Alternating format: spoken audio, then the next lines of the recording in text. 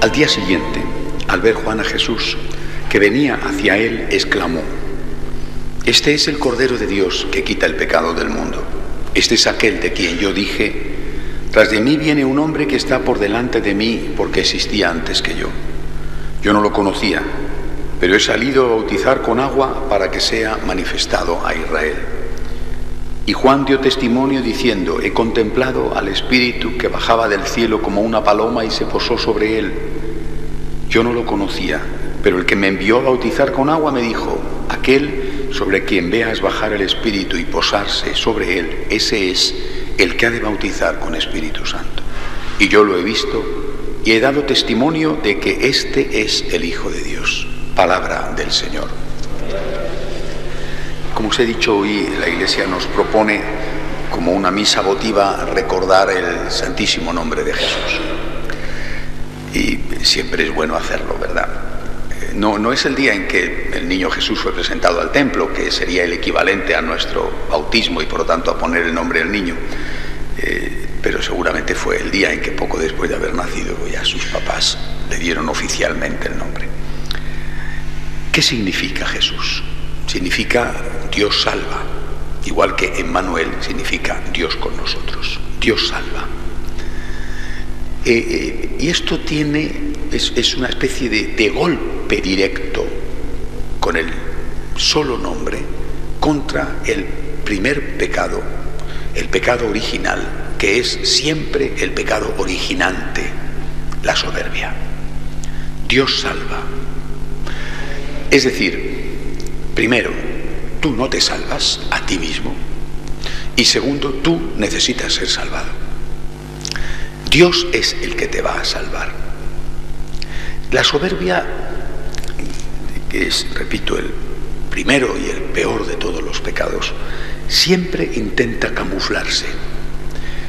Cuando la atacas por un lado, intenta aparecer siempre por otro. En nuestra época la soberbia se manifiesta de muchas maneras, algunas más evidentes, otras más sutiles.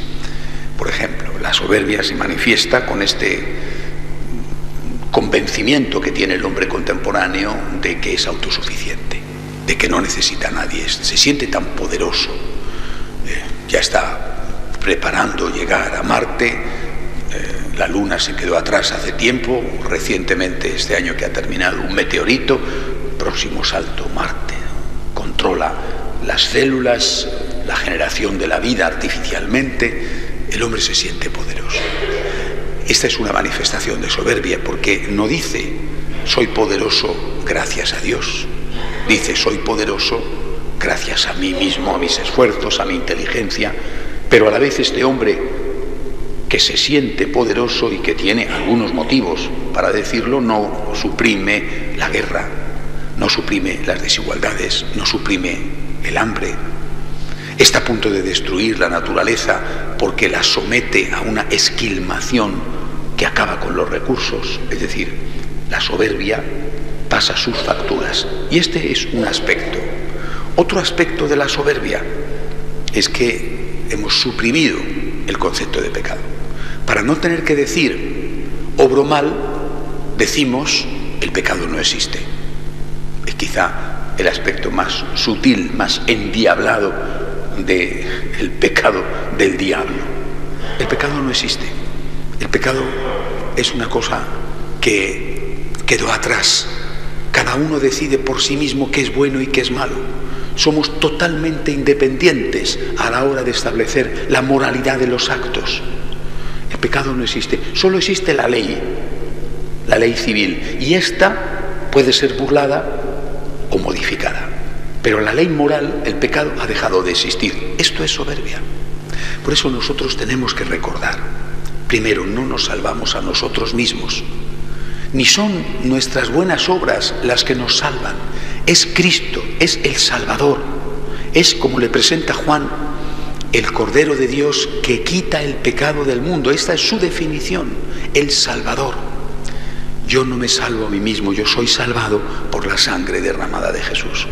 No puede haber agradecimiento si no hay conciencia de que estamos siendo salvados por aquel que nos ama sin merecerlo. Segunda cuestión, no solamente no me salvo a mí mismo, es que necesito ser salvado. Lo necesito.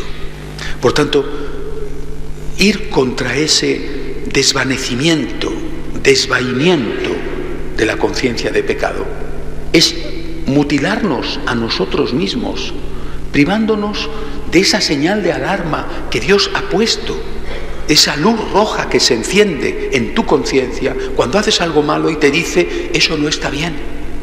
Lo mismo que se enciende una luz roja en un semáforo, lo mismo que tu organismo te dice, estás abusando del azúcar o estás abusando de las grasas, y tu hígado o tu vista empiezan a darte y a mandarte señales de alarma. Si tú cercenas, si tú suprimes la conciencia, si tú acabas con el concepto de pecado, durante un tiempo podrás quizá disfrutar, si es que eso se llama disfrutar, de hacer el mal sin conciencia, pero luego vendrán las facturas atrasadas que serán impagables. Si a ti te engañan diciendo fumar es estupendo, durante un tiempo podrás fumar pensando que eso es lo mejor que puedes hacer para tus pulmones, pero luego tus pulmones te pasarán la factura y ya no habrá, en muchos casos por lo menos, marcha atrás. Por eso nosotros hoy decimos, Jesús es mi Salvador, yo no me salvo a mí mismo. Y decimos, necesito salvación, necesito que Dios me ayude, necesito que Dios me indique el camino, necesito que Dios me dé la fuerza para recorrer ese camino, y necesito la misericordia divina cuando no hago caso y no acojo la fuerza de Dios. Todo lo demás es un engaño del demonio. Desconfiad de las soluciones fáciles. Es el Señor el que dijo que estrecha es la puerta que lleva a la vida. Desconfiad de las rebajas. Se presentan como un cauce amable e incluso, ofensivamente hay que decirlo, misericordioso. Son dañinas para el propio ser humano. Desconfiad de todo aquello que os diga, no pasa nada, esto no está mal, esto lo hace todo el mundo. A mí me interesa la verdad, aunque la verdad me suponga ser penetrado por una espada de doble filo. A mí me interesa la verdad, porque solamente desde la verdad podré decir, Señor, perdóname, y solamente entonces podré recibir la salvación que viene de Dios. Que así sea. De pie, por favor.